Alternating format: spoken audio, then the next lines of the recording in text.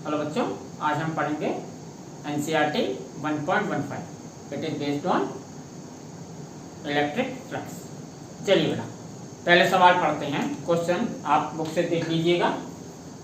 Consider electric field E equal to 3 × 10⁻³ newton per coulomb. A part इसका, what is the flux of this field through a square of 10 centimetre on a side whose plane is parallel to YZ plane.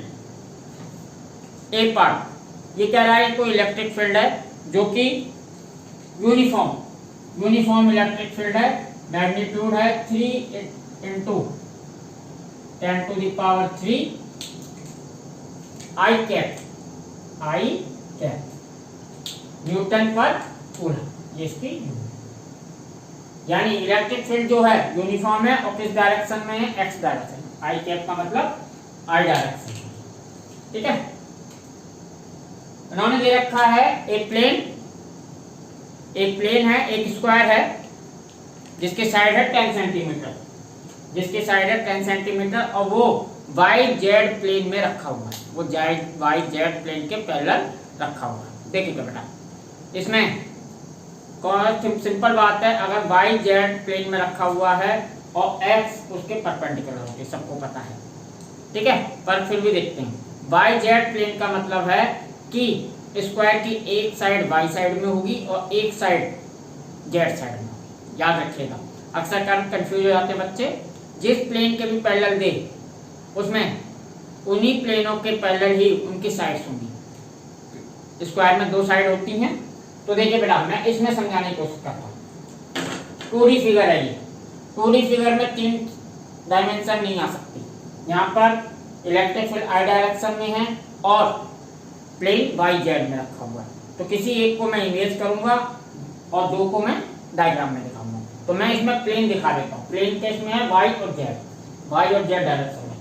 तो हमारा square कुछ इस तरीके से रखा है।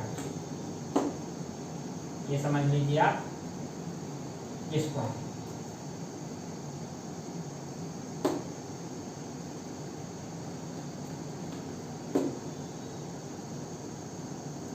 ये स्क्वायर, ठीक है। ये 10 सेंटीमीटर, दोनों साइड क्या है? 10 सेंटीमीटर।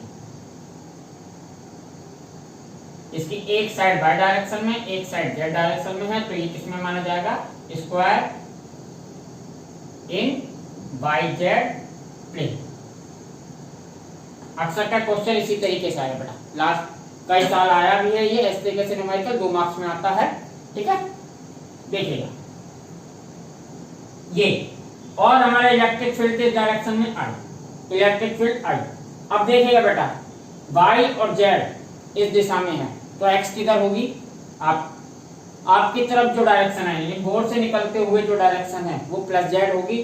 अंदर जो है इनसाइड बोर्ड वो होती है -X। इस कोऑर्डिनेट एक्सिस को भी याद रखिएगा। Outside the board is positive axis, inside the board is negative axis. अक्सर कर गलती कर जाते हैं बच्चे, ये तो याद रखते हैं कि X डायरेक्शन इनसाइड बोर्ड के परपेंडिकुलर है, पर इनसाइड कौन सी है?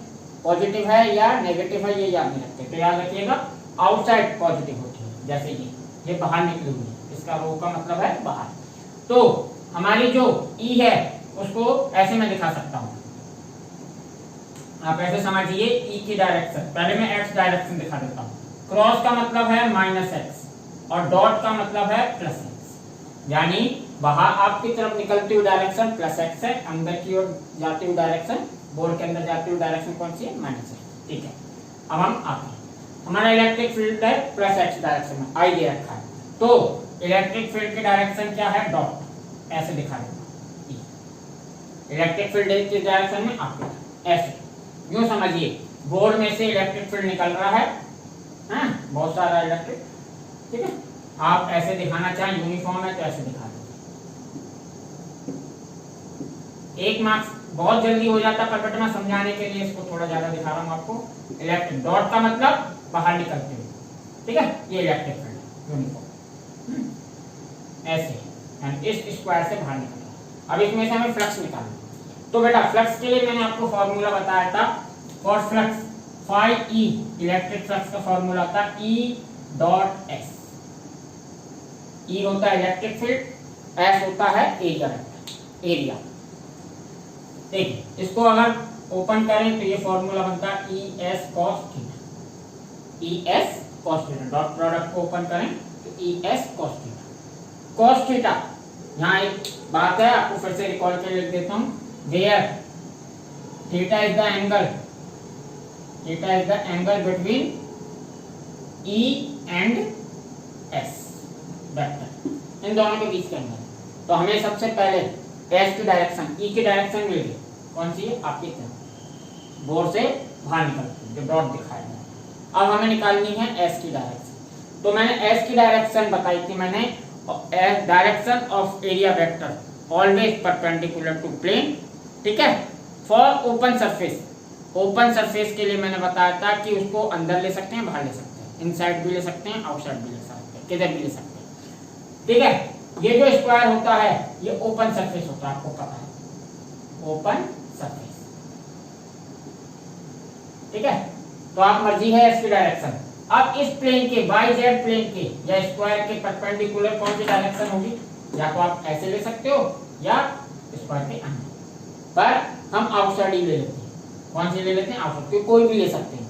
तो हमारी एस की डायरेक्शन किधर होगी, आप ऐसे ले लेते इस स्क्वायर के परपेंडिकुलर। जैसे अगर आप एज्यूम करें ये स्क्वायर है तो इस प्लेन के परपेंडिकुलर एस ऐसे होगा, ठीक है। एरिया वेक्टर किधर होगा, आपकी तरफ।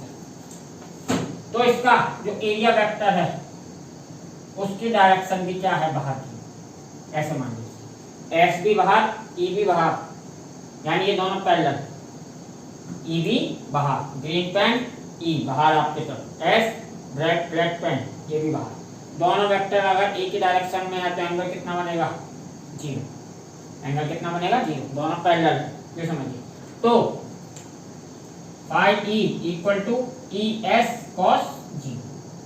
कॉस जीरो की वैल्यू होती है 1, ई की वैल्यू दे रखी है 3 into 10 to the power 3। S क्या है, area, area of square. Square का एरिया हो जाएगा 10 इंटू 10, यानी साइड का स्क्वायर। सेंटीमीटर है तो इसको मीटर में कन्वर्ट कर लिया और इसका स्क्वायर, साइड का स्क्वायर, साइड को किस में कन्वर्ट कर लिया, मीटर में। तो ये आ गया बेटा 3 10 to the power -2 1 30 unit newton per coulomb. तो हमारा इलेक्ट्रिक फ्लक्स आ गया 30 newton per coulomb. And one more thing, it is scalar quantity, so that no need of direction. तो डायरेक्शन तो इसकी होगी ही नहीं, याद रखिएगा। इलेक्ट्रिक फ्लक्स क्या होता है, स्केलर। तो इसका आंसर आ गया 30 न्यूटन पर सेकंड, यानी इसमें से सॉरी इसका यूनिट होती है 30 newton per coulomb metre square. ये कितना flux, newton per coulomb electric flux, electric field की यूनिट होती है। तो हमारा इसमें से जो फ्लक्स गुजरेगा वो कितना होगा, इस स्क्वायर से कितना फ्लक्स गुजरेगा, ये। तो ये डायरेक्शन आपको इमेज करनी होगी है, प्लस एक्स कौन सी है, डॉट क्रॉस से, ठीक है। तो इमेजिनेशन ज्यादा बेटर रहता है कि तीसरी डायरेक्शन अपनी इमेज कर लीजिए बोर्ड के अंदर या बाहर। कुछ बच्चे सोच रहे होंगे सर हमें तो ऐसे कोऑर्डिनेट पड़े हैं, ये वाले होते हैं कि एक्स ये होती है, वाई ये होती है और जेड ये होती है, सर हम तो ये जानते हैं। तो आपके लिए ऐसे भी बता देते हैं, हालांकि आप थर्ड डायरेक्शन को इमेज करना चाहिए, हमें अपनी इमेजिनेशन इंप्रूव करनी है, इसीलिए देख लेते हैं। अगर ये एक्स वाई जेड है, एक्स वाई जेड है, तो हमारा इसको आसानी के लिए वाई ले लेता हूं, इसको मैं आसानी के लिए एक्स ले लेता, ऐसे ले लेता हूं। हमारा जो स्क्वायर है वो वाई जेड प्लेन में रखा है, हमारा स्क्वायर किस में रखा था, वाई जेड प्लेन। तो वाई जेड प्लेन में स्क्वायर को कैसे बनाएंगे, देखिएगा। एक साइड वाई डायरेक्शन में और एक साइड जेड डायरेक्शन, एक साइड किधर, जेड डायरेक्शन, पैरेलल बना दीजिएगा। ये जो स्क्वायर बना, ये स्क्वायर, ये बेटा स्क्वायर बना, ठीक है। इसकी ये साइड tan होगी, ये भी साइड सेम हो, ये बाई जेड प्लेन ऐसे दिखा दीजिए आप चाहें तो। ठीक है, इलेक्ट्रिक फील्ड किधर है, एक्स डायरेक्शन में, आई कैप। ठीक है, ये इसी क्वेश्चन का पार्ट दिखा रहा हूं बेटा समझाने के लिए। आई किधर है, ऊपर। ठीक है, तो आई की डायरेक्शन दिखा देता हूं। आई किधर होगा बेटा, सॉरी हाँ ये ई, ये कौन सी डायरेक्शन है, इलेक्ट्रिक फील्ड। अब इसके एरिया वेक्टर की डायरेक्शन किधर होगी, ये बेटा बाई जेड प्लेन का मतलब है ये और ये, यानी कि ये ऐसे रखा, तो इसका एरिया वेक्टर किधर होगा, ऊपर। ऐसे समझिए, पैरेलल परपेंडिकुलर टू प्लेन, इसके परपेंडिकुलर कौन होगा, ऐसे, तो एरिया वेक्टर भी किधर, ऊपर। तो आप इसका एरिया वेक्टर भी ऊपर दिखा सकते हैं,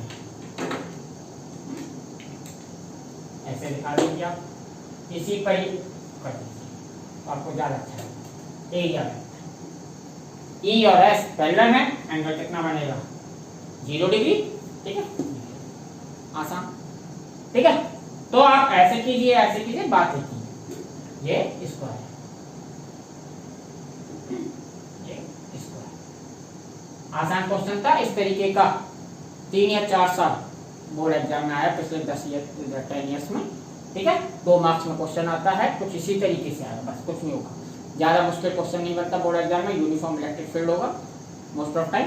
ठीक है, चलिए इसका बी पार्ट और दे रखा है। इसका बी पार्ट दे रहा है कि अगर स्क्वायर को इस तरीके से झुका दिया जाए या टिल्ट कर दिया जाए कि इसका नॉर्मल ऑफ प्लेन, किसका, स्क्वायर का normal of plane electric field के एक्स एक्सिस के साथ, सॉरी एक्स एक्सिस के साथ 60 एंगल बनाए, ये क्वेश्चन में दे रखा है।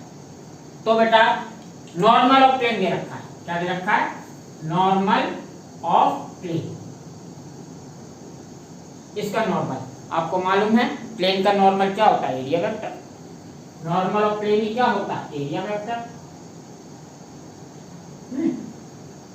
नॉर्मल ऑफ प्लेन, तो एरिया वेक्टर अगर इलेक्ट्रिक फील्ड एक्स डायरेक्शन में है, तो अगर normal of plane X X के साथ 60 एंगल बना रही है, तो एरिया वेक्टर ई के साथ कितना एंगल बनाएगा, 60, याद रखिएगा। तो यहाँ पर phi E equal to E S cos 60। ठीक है, इसकी वैल्यू है 3.0 into 10 to the power 3, area 10 into 10 to the power -2 का स्क्वायर, cos 60 की वैल्यू थी 1/2, सेम वैल्यू है। इसका हाफ हो जाएगा 1/2 की वजह से, कितना हो जाएगा, 50 यूनिट। बोलिए यूनिट, मन में बोलिए आपने, ठीक है, तो अच्छी बात है, शाबाशी लीजिएगा। ओके, तो 50 न्यूटन पर कूलम मीटर। ठीक है, तो इसमें बस कुछ नहीं था, normal of plain area vector होता है। ठीक है, ये बड़ा आसान था। अब जो इसके बाद एक और है इलेक्ट्रिक फ्लक्स पर बेस्ड क्वेश्चन, वो है एक्सरसाइज 1.16। एक्सरसाइज 1.16 वो क्लोज सरफेस का, ये ओपन सरफेस थी। स्क्वायर कैसी होती है, ओपन सरफेस। ठीक है, ओके ना। अब उस क्वेश्चन को हम इसके बाद देखते हैं, काफी अच्छा क्वेश्चन है, उसको थ्योरी की फॉर्म में लेगा कि फ्लक्स थ्रू ए क्लोज सरफेस।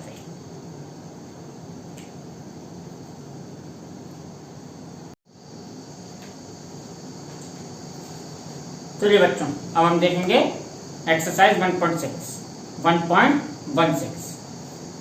मैंने इसको थ्योरी की फॉर्म में लिया है। मैंने लिखा है electric flux through a closed surface, यानी अब हम क्लोज्ड सरफेस से इलेक्ट्रिक फ्लक्स देखेंगे। इंपॉर्टेंट रिजल्ट आएगा इसका। ठीक है, बहुत अच्छा कंक्लूजन है, आपको याद रखना होगा। पहले से देखते हैं, देखिएगा बेटा, मैंने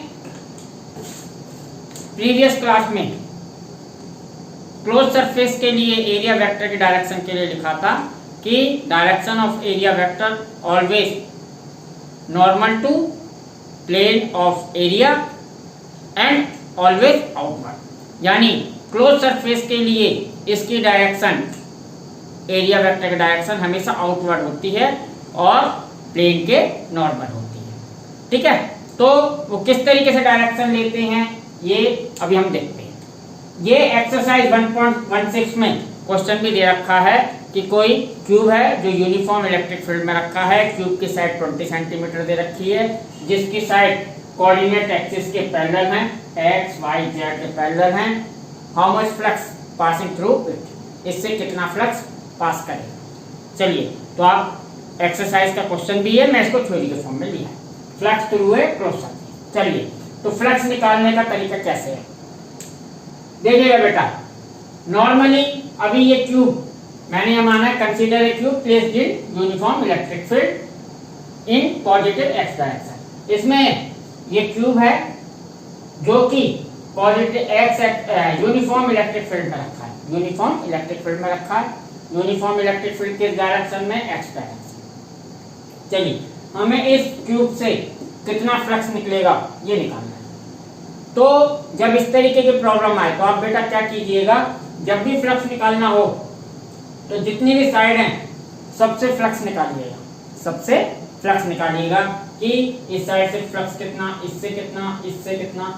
क्यूब है तो 6 साइड है, 6 साइड से निकालिएगा। अभी कॉमन सेंस की बात है, हम खुद ही सोच सकते हैं, अगर कोई क्यूब रखा है एक्स एक्सिस में इलेक्ट्रिक फील्ड है, तो इलेक्ट्रिक फील्ड देखिएगा A B C D side से एंटर करेगा और E F G H side से बाहर निकलेगा।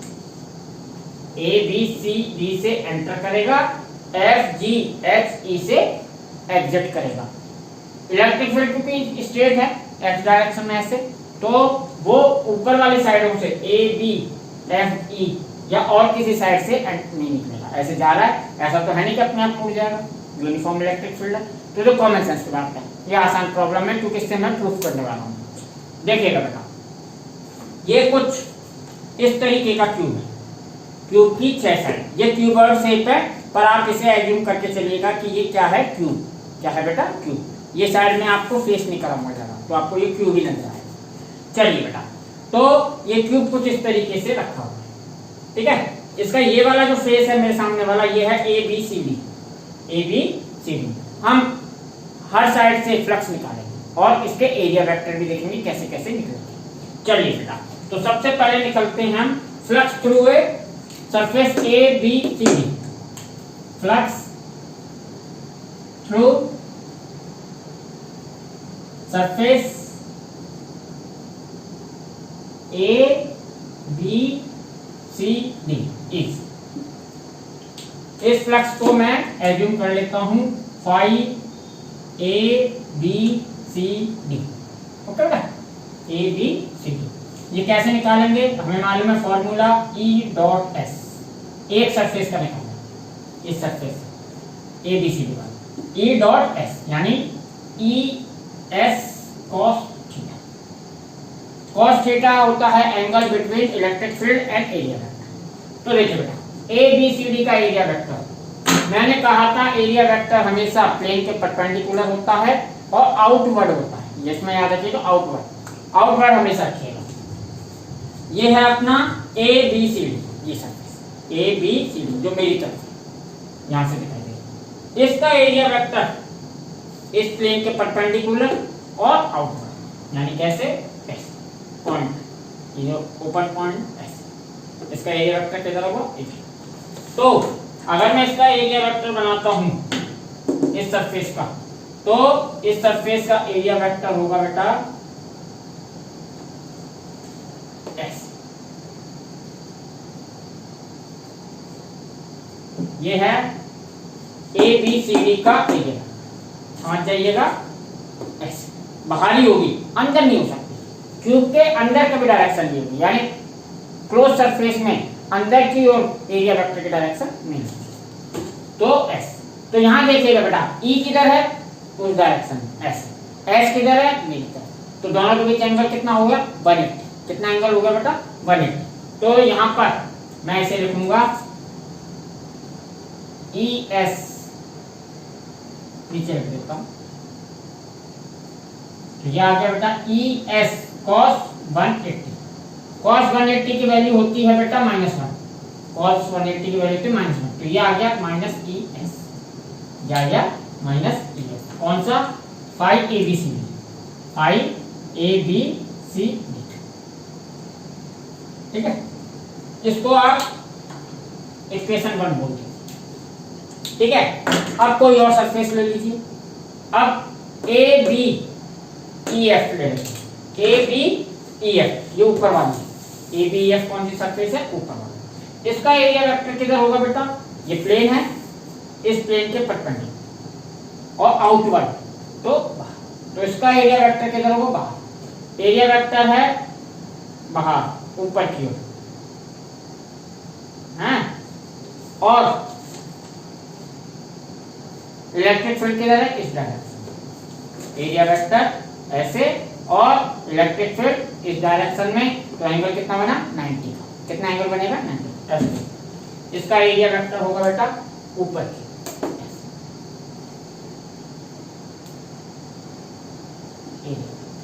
ठीक है, तो अब मैं निकाल रहा हूं flux through A B E F. Flux through surface A B C D is, ये फ्लक्स होगा बेटा, इसको A B E F, sorry A B E F, A B E F, A B E F. ठीक है, A B E F से, तो इसके लिए ई डॉट एस एंगल आपको पता चल गया।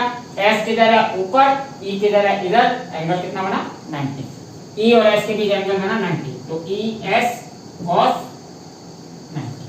तो ये फ्लक्स कितना हो गया बेटा? 0। कॉस 90 की वैल्यू कितनी? 0। तो हमारा ये ऊपर वाली सतह से, ऊपर वाली सरफेस से ए बी ई एफ से कोई फ्लक्स नहीं उठेगा। वैसे भी हम समझ सकते हैं सीधा सीधा जा रहा था फ्लक्स, तो ऐसे जाके ऐसे तो निकलेगा नहीं, तो कोई भी फ्लक्स नहीं निकला। पर निकालने का तरीका ये है, आपको पता चल गया इसका एरिया वेक्टर ऊपर था, इलेक्ट्रिक फील्ड इधर था, एरिया वेक्टर ऊपर था ऐसे, एरिया और इलेक्ट्रिक फील्ड इस डायरेक्शन में था, एंगल बना 90। चलिए अब कोई और सरफेस ले लेते हैं। ऊपर वाली ले ली, नीचे वाली ले लेते हैं। नीचे वाली सरफेस कौन सी है? नीचे वाली सरफेस है C D G H. Surface flux through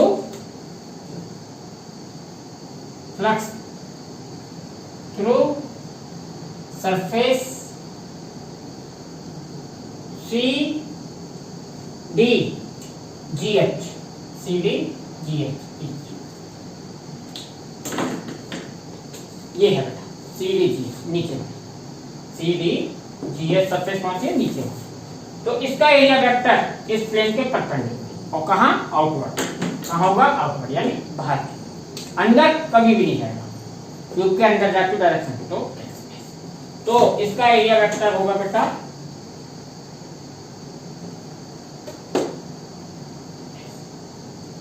downward, ऐसे समझ लीजिए। ये कौन सा है? डाउन,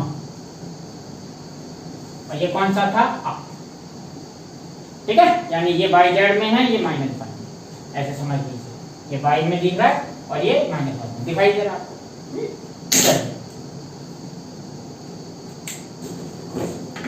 तो एस नीचे, इलेक्ट्रिक फील्ड इधर, एंगल बना 90। फिर से एंगल कितना बना?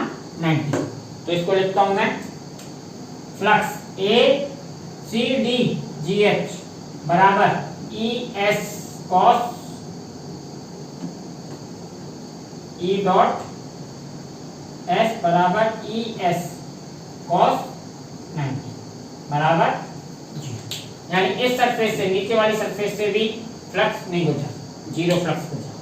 ठीक है, अब देखते हैं बेटा अब कितनी सरफेस हो गई? 1 2 3 हो गई हैं। सामने वाली surface F E F G H,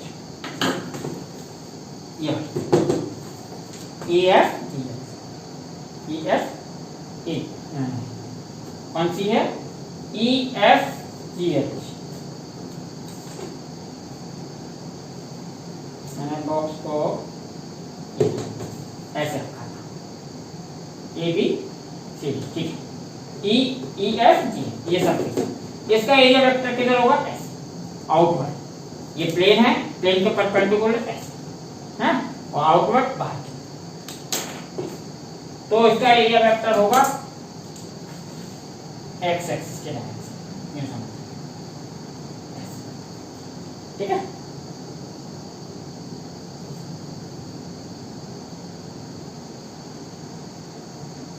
x, ठीक है ना, एक्स एक्स की डायरेक्शन, ये कौन सी डायरेक्शन हो गई, एक्स एक्स की डायरेक्शन। यहाँ पर एंगल कितना बना, 0, यहाँ एंगल क्या बनेगा, 0। तो यहाँ लिख देता हूं फ्लक्स थ्रू सरफेस कौन सी है, E F G H, E F G H is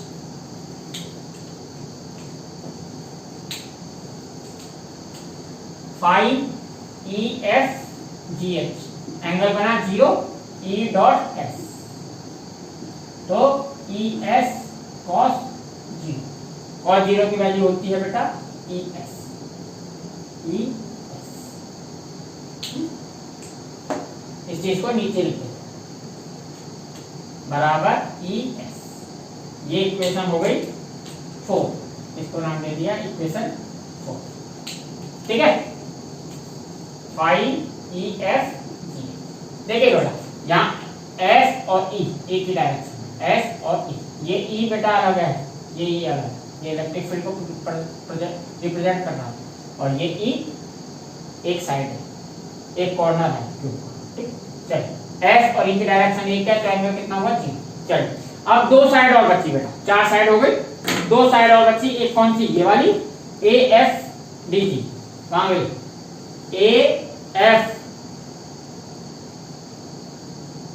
D G, ये ए एफ डी जी, ये चलिए फिर से देखते हैं, पहले लिख देता हूं फिर समझाता हूं। Flux through surface A F G D, कुछ भी लिख दीजिए, उससे कोई फर्क नहीं, ए एफ जी डी। तो flux A F G D, E dot S. अब ई और एस के बीच एंगल कितना है, देखिए सिंपल सी बात है, ये आपके सामने है ए एफ जी डी, इसका एरिया वेक्टर किधर होगा, इसके परपेंडिकुलर सरफेस पे ऐसे, ठीक है, परपेंडिकुलर और आउटवर्ड, आउटवर्ड बाहर की। तो इसको मैं दिखा देता हूं बेटा, इसका एस डॉट से दिखा देता, डॉट का मतलब बाहर निकलता है, तो ये एस कौन सी ए, तो इसके साथ भी एंगल कितना बना, अगर ऐसे इलेक्ट्रिक फील्ड इधर, एंगल कितना बना 90, तो इसके साथ भी एंगल बनेगा 90, ई एस कॉस 90 बराबर 0। इसको इक्वेशन 5, इसको नाम देते हैं इक्वेशन 5। नाउ एक और सरफेस बची, सरफेस है वो B C E H, B C E H, पीछे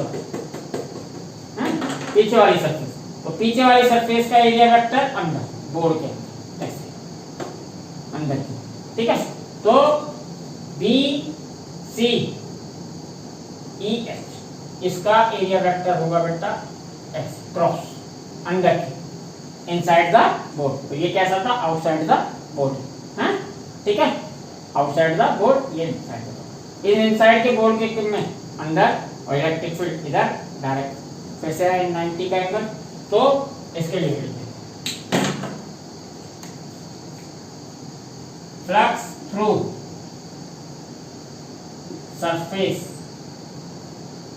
कौन सी है, B C H E, B C H E H, flux B C H E equal to E dot S बराबर ई एस, एंगल है 90, तो ये भी हो गया 0, ये इक्वेशन। देखो बेटा, ये तो थ्योरेटिकल करना भी था इतनी देर तक, वैसे भी हमें कॉमन सेंस से दिखाई दे रहा था कि इस साइड से फ्लक्स एंटर करेगा, इससे निकलेगा, इनसे कोई फ्लक्स नहीं जाएगा क्योंकि स्ट्रेट स्ट्रेट जा रहा है। पर यह इसलिए फ्लक्स नहीं गुजर रहा था, अगर तो थ्योरेटिकल देखें तो सबसे एंगल इलेक्ट्रिक फील्ड और एरिया वेक्टर सारे सरफेसेस का कितना बन रहा था 90। तो इसमें एक सरफेस, दो सरफेस, तीन सरफेस, चार सरफेस, ये चार सरफेस का इलेक्ट्रिक फ्लक्स 0 है। 1 2 3 चलिए, तो अब नेट फ्लक्स, अब क्या बात करें, नेट फ्लक्स थ्रू क्यूब। अगर नेट फ्लक्स की बात करें तो ये सारे के सारे ऐड हो जाएंगे, क्या हो जाएंगे, ऐड। इन सारे फ्लक्सेस को जोड़ दीजिए। फ्लक्स क्या होती है, इलेक्ट्रिक फ्लक्स एक स्केलर फिजिकल क्वांटिटी है, इट मींस इनको एल्जेब्रिकली ऐड करना। स्केलर क्वांटिटीज को एल्जेब्रिकली ऐड करते हैं, वेक्टर क्वांटिटी को वेक्टोरियल ऐड करते हैं। तो इसमें बस प्लस माइनस को कंसीडर करते हुए ऐड कर दीजिए। तो नेट फ्लक्स हो गया आपका, पहला था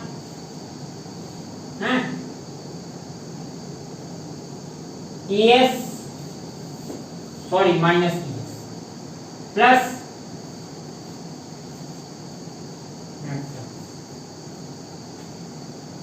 माइनस ES प्लस 0, दूसरा 0, फिर 0, फिर प्लस ES प्लस 0 प्लस 0। तो हमारा नेट फ्लक्स आ गया बेटा 0।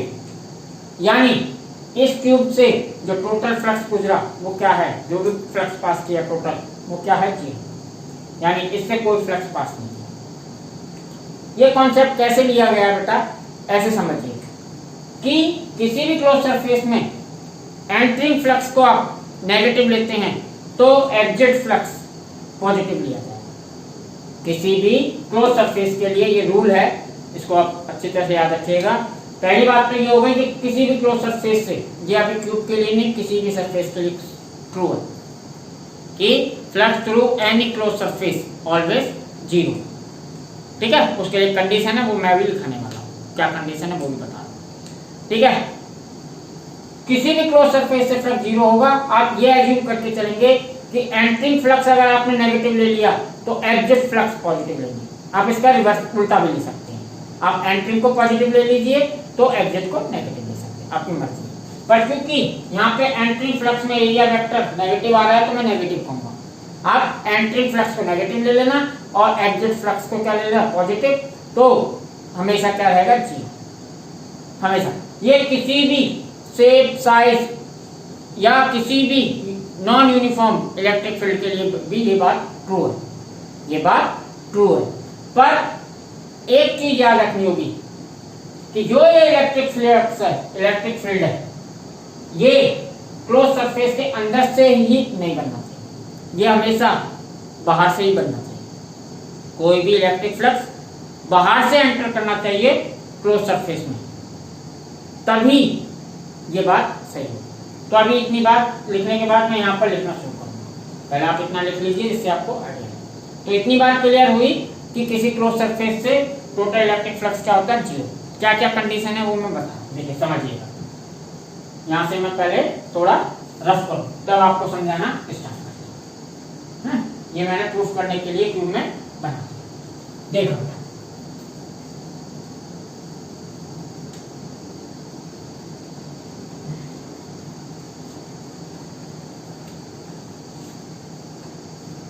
इसका आंसर एक्सरसाइज 1.16 का आंसर भी 0, आप चेक करिएगा।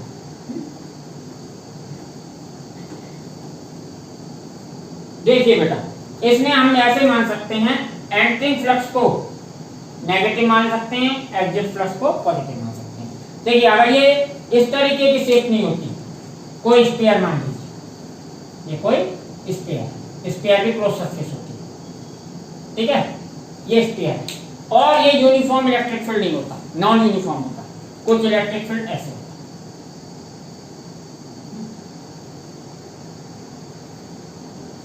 ये अलग अलग electric field, non uniform electric field है।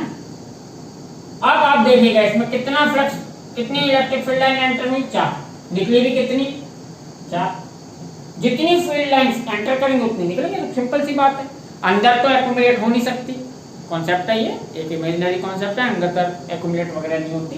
तो आप किसी भी शेप साइज का हो, ये क्लोज सरफेस होनी चाहिए, कोई फर्क नहीं पड़ेगा। और किसी भी कैसा भी इलेक्ट्रिक फील्ड हो, चाहे यूनिफॉर्म हो चाहे नॉन यूनिफॉर्म है, 4 एंटर की तो 4 एग्जिट करेंगी, अंदर कहीं एक्यूमुलेट नहीं होगी। इसलिए हम ये मान के चलते हैं कि किसी भी क्लोज सरफेस से flux through any close surface, net flux through any close surface always 0, but charge or system of charge that producing electric field must be outside the closed surface। यानी वो चार्ज या system of charge जो कि electric field को produce करता है वो close surface के आउटसाइड होना चाहिए, इनसाइड नहीं। ये उस कंडीशन के लिए बात ट्रू है और ये काफी यूज होगी, इस बात को मैं लिख रहा हूं। तो मैं यहां लिख रहा हूं उसका कंक्लूजन। कंक्लूजन क्या है जो आपको बिल्कुल याद रखना है।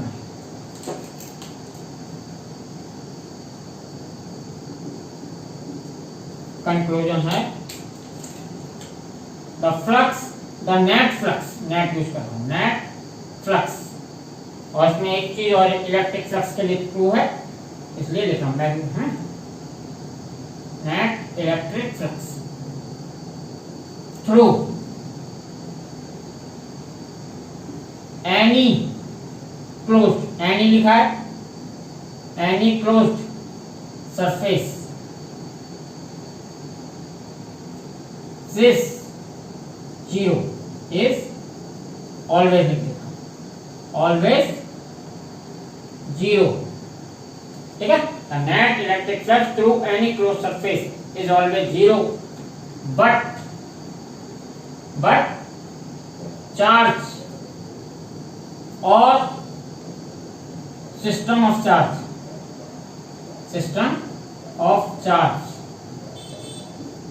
which producing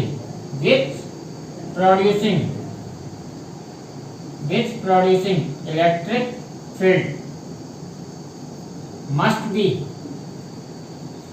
outside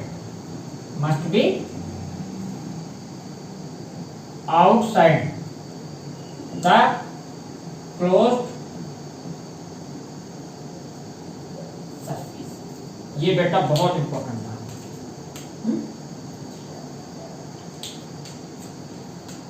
वेरी, इसको अपने अभी इसमें ये बात क्या कह रहा है, ये बात कह रहा है कि किसी भी क्लोज सरफेस से टोटल फ्लक्स या नेट फ्लक्स हमेशा 0 रहेगा, पर क्या, पर जो ये इलेक्ट्रिक फील्ड है बना रहा है, जो इलेक्ट्रिक फील्ड को कौन बनाता है, चार्ज, इलेक्ट्रिक फील्ड को चार्ज बनाता है या सिस्टम ऑफ चार्जेस बनाते हैं, वो चार्जेस आउटसाइड रहने चाहिए, वो इस क्यूब के अंदर नहीं, याद रखिएगा। क्यूब के अंदर कोई भी चार्ज नहीं होना चाहिए, क्यूब के अंदर कोई भी नेट चार्ज नहीं होना चाहिए, ये और करेक्ट वर्ड यूज कर देता हूं, नेट चार्ज करेक्ट वर्ड होता है, ठीक है। इसके अंदर कोई भी नेट चार्ज नहीं होना चाहिए, क्यूब के अंदर कोई भी चार्ज नहीं है। क्यूब के अंदर चार्ज होगा तो फ्लक्स पास करेगा, याद रखिएगा, ठीक है। वो गॉस लॉ में हम पढ़ेंगे कल, गॉस लॉ इसी पर बेस्ड है कि अगर क्लोज सरफेस के अंदर चार्ज है तो फ्लक्स पास करेगा, और गॉस लॉ यही है कि क्लोज सरफेस के अंदर कितना चार्ज हो तो उससे कितना फ्लक्स पूछेगा, बड़ा आसान है, उसे हम इससे नेक्स्ट टॉपिक में वही स्टार्ट करने वाले हैं। पर इसके लिए याद रखिएगा, क्या याद रखिएगा, नेट फ्लक्स क्लोज सरफेस से गुजर 0 होता है, पर चार्ज क्या हो, आउटसाइड, या कहें इलेक्ट्रिक फील्ड एक्सटर्नल होना चाहिए, बाहर से बनना चाहिए, क्लोज सरफेस के अंदर नहीं इलेक्ट्रिक फील्ड स्टार्ट बनना, क्लोज सरफेस के अंदर से नहीं होना चाहिए। इलेक्ट्रिक फील्ड को कौन बनाता है, चार्ज, तो हमने ये बात याद कर लीजिए कि चार्ज हमेशा आउटसाइड होना चाहिए, system of charge,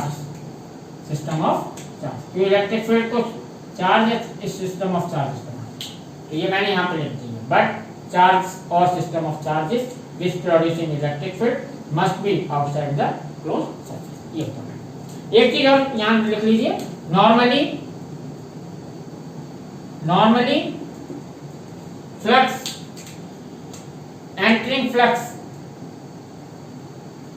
entering flux consider negative. कहीं पर पॉजिटिव भी लगा हुआ बुक्स में, आपकी मर्जी है, कोई भी ले लीजिए, पर एक को प्लस लोगे तो एक दूसरे को माइनस लोगे। Entering flux consider negative and exit flux consider positive through a closed के लिए बात हो रही है, क्लोज्ड सरफेस, ठीक है ना। क्लोज सरफेस के लिए बात हो रही है। आप ऐसा मत कीजिएगा कि कोई स्क्वायर है ये हैं और एंट्रिंग फ्लक्स को प्लस मान लिया, उससे निकलने वाले को माइनस मान लिया, जीरो होगा। तो नहीं, ओपन सरफेस से जो फ्लक्स निकलता है वो जीरो नहीं होता। Flux passing through open surface non zero, ठीक है ना। इलेक्ट्रिक फील्ड में रखा है केस पे, उससे ये ओपन सरफेस के लिए ट्रू नहीं है। किसके लिए ट्रू है? ये क्लोज सरफेस। तो बड़ा फिजिक्स में छोटी छोटी बातें हैं, इन्हीं को ही बस थोड़ा सा याद रखना है। ओपन सरफेस से फ्लक्स पास होगा, ठीक है। क्लोज सरफेस से जो भी फ्लक्स पास होगा वो जीरो होगा, क्योंकि जो फ्लक्स एंटर होगा वही एग्जिट करेगा। एंटरिंग फ्लक्स को अगर नेगेटिव ले लेते हैं तो एग्जिट फ्लक्स को पॉजिटिव लेंगे और वो क्या हो जाएगा? जीरो। ये बात किसी भी क्लोज सरफेस के लिए ट्रू है। बस इसके लिए ट्रू एक कंडीशन होनी चाहिए कि फ्लक्स या इलेक्ट्रिक फील्ड बाहर से बनना चाहिए, बाहर से बनना चाहिए, क्लोज सरफेस के अंदर से नहीं बनना चाहिए। बाहर कहीं कोई चार्ज रखे होंगे उनसे बनना चाहिए, अंदर रखे होंगे चार्ज तो फ्लक्स होगा, वो गॉस लॉ है, उसे कल मैं एक्सप्लेन करूंगा। चलिए, तो ये इंपॉर्टेंट बात है।